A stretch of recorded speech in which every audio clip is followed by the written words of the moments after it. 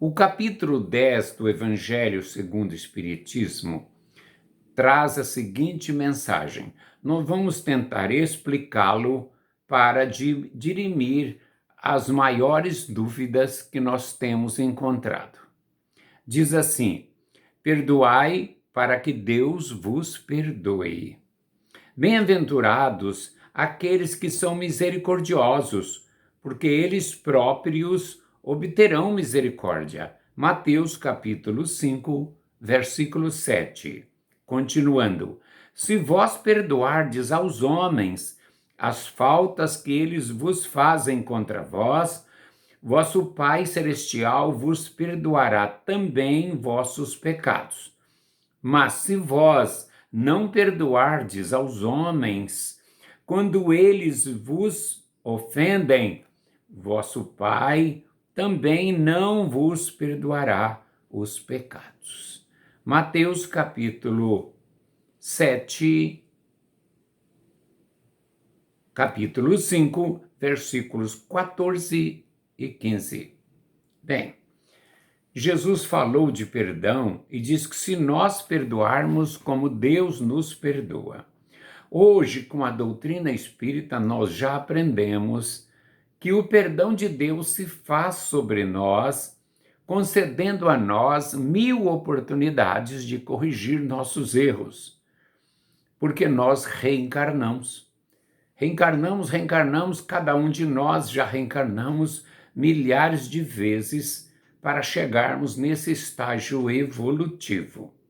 Se ainda não chegamos num estágio melhor, é porque somos teimosos, cabeça dura, não insistimos na prática do bem, aceitamos qualquer pequena ofensa, então vamos nos atrasando, vamos reencarnando em condições difíceis. Mas, a partir de agora, nós vamos nos dedicar.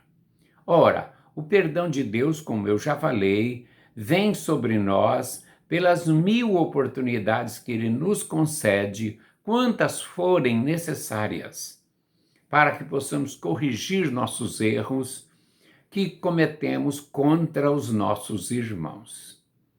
Então não é aquele perdão de que Deus passa uma borracha, não. Não existe no universo esse tipo de perdão. Ninguém no universo, nem aqui, nem nos 30 bilhões de planetas que existem nesta galáxia, e nem em tantas outras galáxias, ninguém. Não existe essa história de apagar. Muitas pessoas usam drogas, prejudicam o próprio corpo, entram em grupo de criminosos, cometem muitos deslizes, levam desassossego a muitas famílias. De repente, quando já estão um pouquinho cansados, resolvem aceitar Jesus como Salvador. E na igreja dizem para essas pessoas que, se eles aceitarem Jesus, estarão salvos. E eles aceitam, que bom! Pelo menos assim eles pararam de andar numa vida torta, pararam de cometer equívocos, erros contra si próprios. Foi bom, mas ninguém vai para o reino dos céus assim, não.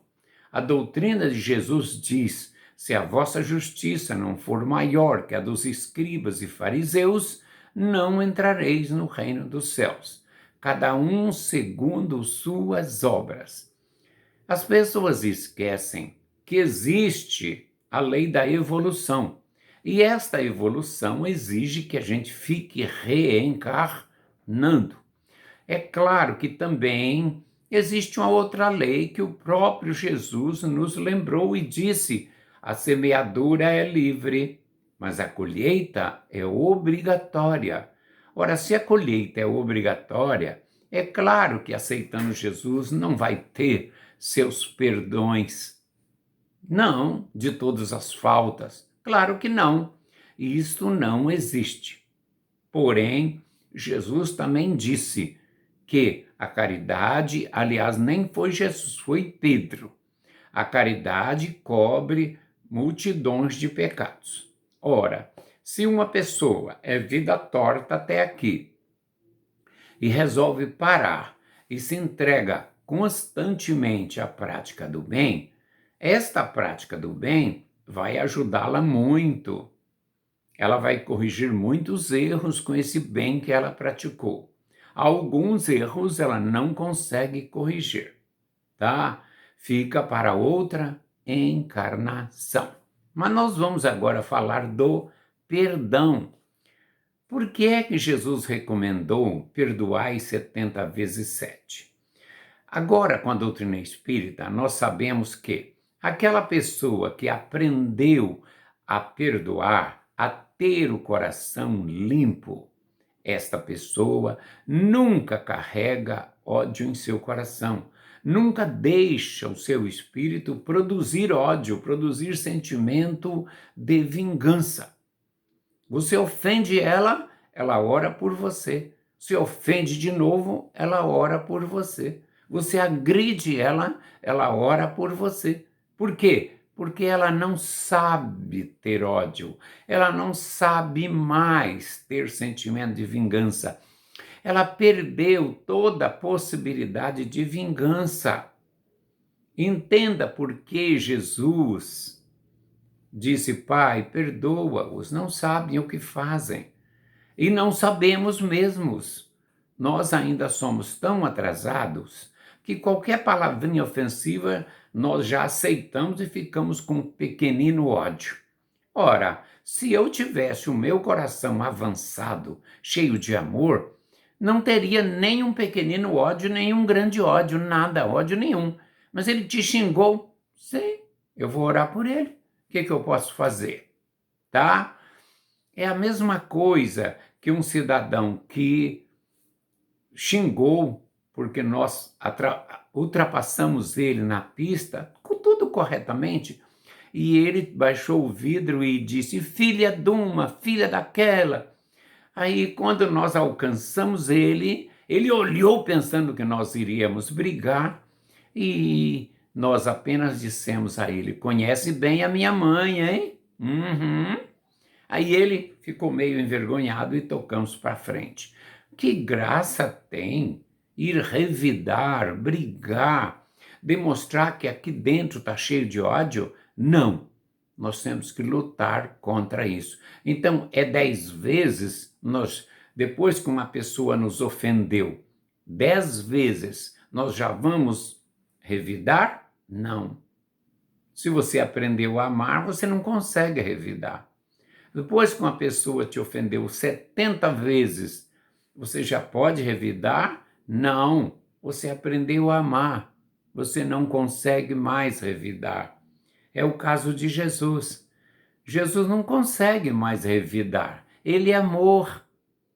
E nós, então, estamos buscando este amor, tá? Vamos continuar vendo aqui no Evangelho segundo o Espiritismo, ó, para entender mais o que ele está dizendo. Aqui ele diz assim: reconciliar o mais depressa com seus adversários.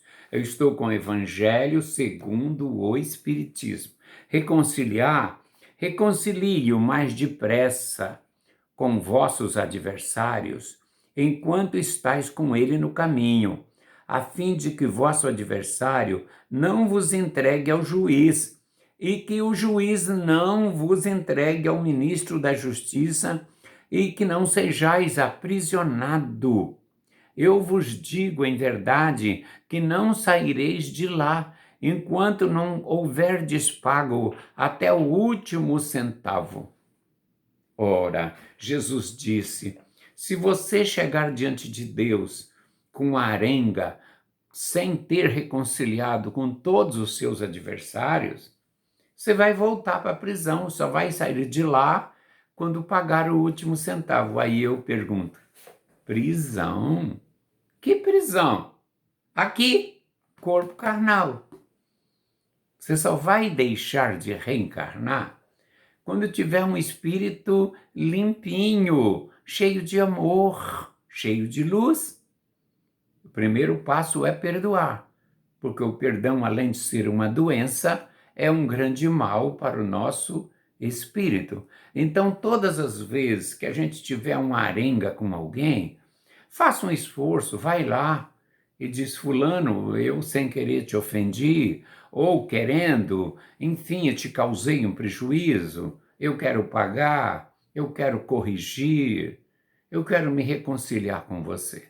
Ele pode dizer: não aceito. Você fez a sua parte. Não guarde ódio dele, tente reconciliar com ele. Se ele não aceitar, fazer o quê? Você vai obrigá-lo a aceitar? Não, não vai. Deixa para lá. Passa mais um tempo. Você procura ele de novo. Olha, eu te ofendi em tal tempo atrás. Quero o seu perdão, quero pagar minha dívida, quero me corrigir. E ele não aceita. E você passa um tempo, uns aninhos, vai e procura ele de novo. Pelo menos quando você chegar diante de Deus, a sua consciência está tranquila. Você tentou, tá? Mas nunca deixe arengas, intrigas para trás. Primeiro, como é que nós vamos corrigir essas intrigas no futuro? Como? Nos reconciliando à força. Como é a força? É nascendo como irmão dele, nascendo como filho dele, ou nascendo como pai dele, tendo aquele espírito como sua filha, e você criando com carinho, com amor. Enfim, você vai ter que conviver com esse espírito de alguma forma, normalmente reencarnado, já que naquela encarnação não foi possível a reconciliação. Então é por isso que você vê hoje certas crianças que não gostam dos pais. Mamãe, eu não gosto do papai. Que isso? A mãe diz. Seu pai luta por você, te ajuda, paga suas despesas, mas eu não gosto dele assim mesmo. Tem que te ensinar seu filho a gostar do pai, porque é uma maneira de vocês três eliminar essas arengas. Nós não sairemos da reencarnação enquanto tiver maldade contra alguém, dívida contra alguém. É preciso reconciliação. Veja só, mais à frente aqui, nesse mesmo evangelho, ele diz assim: o sacrifício mais agradável a Deus. Veja bem, o sacrifício mais agradável a Deus, tá? Se, pois, quando apresentardes vossa oferenda ao altar, vós vos lembrardes que vós se tem alguma coisa contra vosso irmão, deixai a vossa dádiva ao pé do altar e ide depois reconciliar com o vosso irmão, depois voltai para oferecer a vossa dádiva. Isso está em Mateus capítulo 5, versículos 23 e 24. Significa o quê? Que nós não podemos nem oferecer nada à igreja, à religião, em nome de Deus, se o nosso coração estiver sujo, cheio de ódio. Não é? É preciso limpar o coração. Por quê? A oferta e tudo não agrada tanto a Deus. O que agrada a Deus é estar com o coração limpo. Esse é o sacrifício. Mas por que esse é o sacrifício mais agradável a Deus? Já pensaram? Sabe por quê? Porque este sacrifício está dizendo sacrifício do orgulho. Você vai e procura a pessoa que você ofendeu ou que se arengou com você, mesmo você se julgando cheio de razão. Se encha de humildade, procure a pessoa e peça perdão, mesmo que você não tenha ofendido. Chegue logo pedindo perdão, tá? Esse seu sacrifício do seu orgulho é que agrada a Deus. Em todos os sentidos, lutar para melhorar espiritualmente é o que agrada a Deus, tá? Não é dando isso, dando aquilo. Quando a gente dá alguma coisa para a casa religiosa, estamos praticando a caridade, claro, porque a casa religiosa precisa de algo, sem exagero, é claro. Ela precisa de algo, Mas maior sacrifício que agrada a Deus é pedir perdão, reconciliar com o próximo, manter o coração limpo, tá? Eu já vi o sacrifício mais agradável a Deus. Agora nós vamos ver o argueiro e a trave no olho. Argueiro é um cisco, um pequeno cisco que fica alojado no nosso olho. Não é arqueiro, é argueiro. Língua portuguesa. Estou falando para os que entendem a língua portuguesa. Argueiro, que significa pequeno cisco. Por que vedes um argueiro no olho do vosso irmão, vós que não vedes uma trave no vosso olho? Como dizeis a vosso irmão, dizei-me, deixai-me tirar um argueiro do vosso olho, vós que tendes uma trave no vosso? Hipócritas, tirai primeiro a trave do vosso olho, e então vereis como podereis tirar o argueiro do olho do vosso irmão. Olha aqui, Mateus capítulo 3, versículo 4 e 5. Ele disse, hipócrita, você está dizendo que o outro tem impurezas, tá? Mas você tem mais impureza ainda. Às vezes somos pessoas orgulhosas, falando da vida alheia, criticando os defeitos alheios. Nós não devemos fazer isso. Criticar os defeitos do nosso próximo. Só devemos reclamar dos defeitos do nosso próximo se a atitude dele estiver nos prejudicando. Aí sim, ei fulano, você tem a mania de fazer isso, e está me prejudicando muito. Aí é um direito seu, porque você está se defendendo. O direito de defesa é superior aos outros direitos.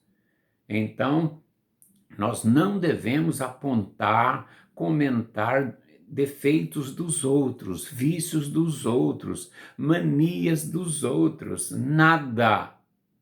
Só temos também o direito de comentar sobre os erros alheios quando, é a segunda hipótese. A primeira é quando está nos prejudicando. Quando a atitude deste nosso irmão está prejudicando a muitos, uma comunidade toda. Aí sim, nós temos que dizer a ele, ei, o seu comportamento errado está prejudicando todo mundo. Então, está prejudicando todo mundo, nós temos que coibir o erro, coibir essa maldade dele, esse vício que está nos prejudicando. Porque se todos nós nos calássemos diante de um grande vício que prejudica a sociedade, então o vício iria tomar conta da sociedade. É só por isso que nós temos o direito de falar, tá? De dizer a ele que ele está se comportando de uma maneira que está nos ofendendo ou nos prejudicando, criticando situações que levam o comportamento nosso a ser mal compreendido na sociedade. Mas, em princípio, não devemos apontar defeitos de ninguém. Cabe a Deus julgar aquela pessoa. Não julgueis para não ser julgado, disse Jesus. Se nós julgarmos muitos outros, nós vamos realçar o vício, o defeito daquelas pessoas. E ao fazer isso, estamos cometendo uma dívida em nós, tá? Porém, se aquelas pessoas estão nos prejudicando com atitudes ruins, temos o direito de falar com ela, tá? Se estiver prejudicando diante de todos, poderemos ir falar com ela também nesta condição, tá? Não julgueis, disse Jesus, com a mesma medida que julgares, serás julgado.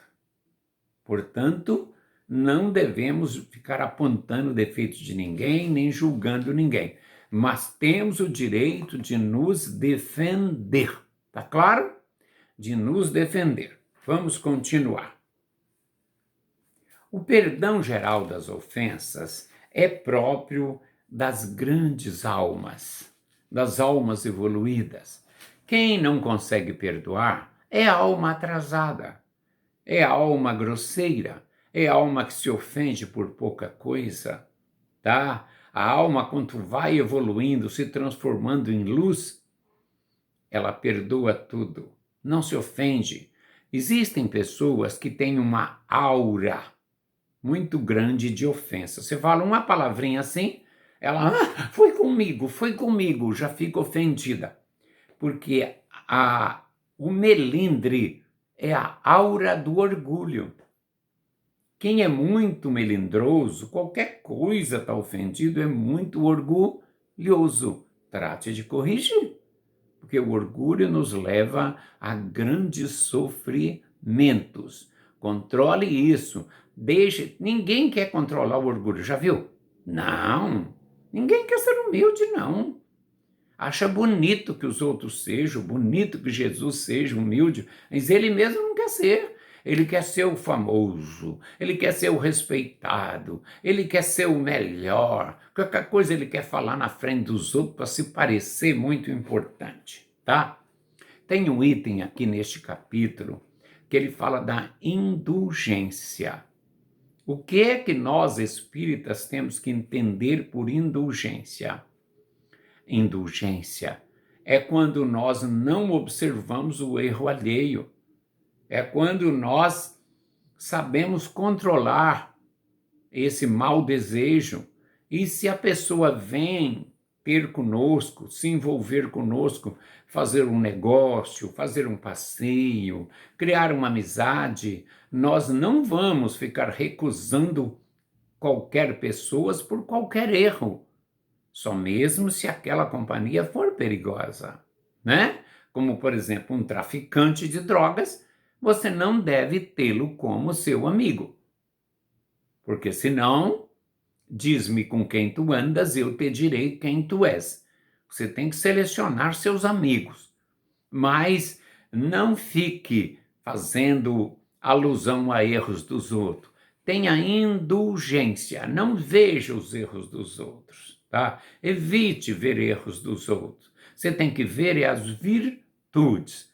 É isso que é indulgência. Seja indulgente. Se você tem um bem para distribuir, distribua para todos. Não separe só porque um é branco, outro é negro, um é baixinho, outro é alto. Não. Dê para todos.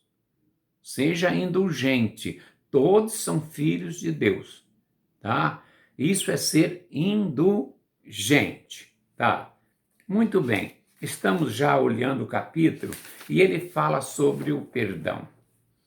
E esse capítulo diz sobre o perdão, a misericórdia.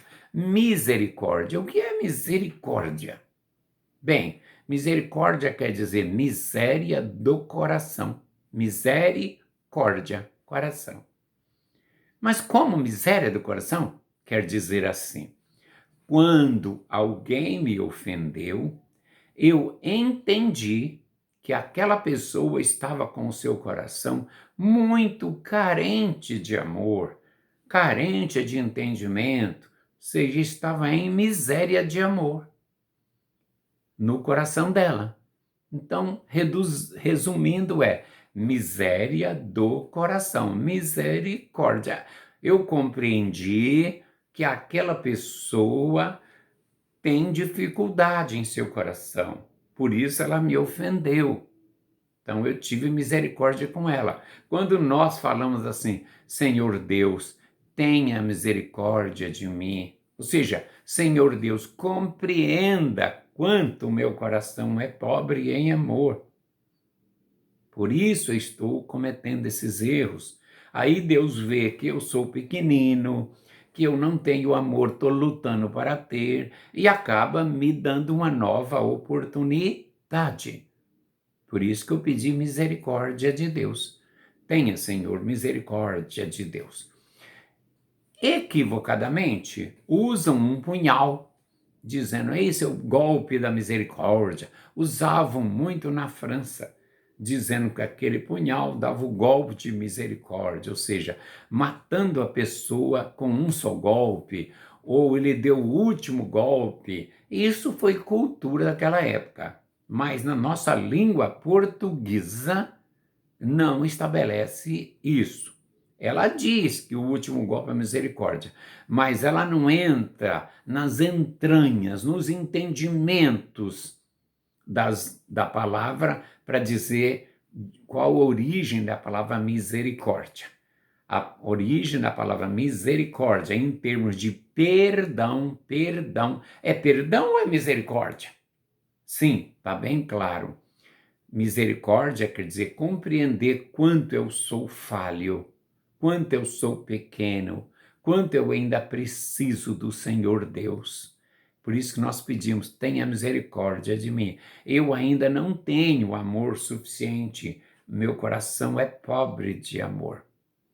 Por isso é misericórdia, mas eu estou lutando para que ele se desenvolva.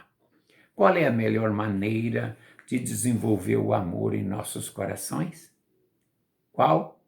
Primeiro, boa vontade, estudando o Evangelho, tentando aplicá-lo em nós, no nosso dia a dia. A mais eficaz é a prática constante da caridade. Prática da caridade. Perdoando, amando, fingindo que não ouviu, não dando respostas na hora certa. Quando você acha que deve dar resposta, não dê. Se a resposta pode causar um problema, não dê. Eu tinha um amigo, ele já desencarnou com o Covid, e ele dizia, eu falo sim na cara. Veio conversar comigo, não aceitou o jogo, eu digo, é meu, conto mesmo. Eu digo, não faça isso. Nós nunca devemos ficar falando para os outros certas verdades assim na cara. Se tiver que falar, for preciso falar, ao falar, causar uma bondade a essa pessoa, porque tem que ver, vai ser bom? Se eu falar isso para ela, vai ser vantajoso? Vai ajudá-la em alguma coisa? Não vai? Então não falo. Só se for ajudar, tá? Se não for ajudar, não vale a pena, né? E ele não. Eu falo sim, quer dizer que eu disse no fundo, você tem mais maldade do que amor. Porque certas coisas a gente não fala, a gente ouve e fica quieto, e às vezes conforme até o pedido a gente não pede. Espera a hora certa. Você não aprendeu isso? Tá? Beijo no coração de vocês. Mua!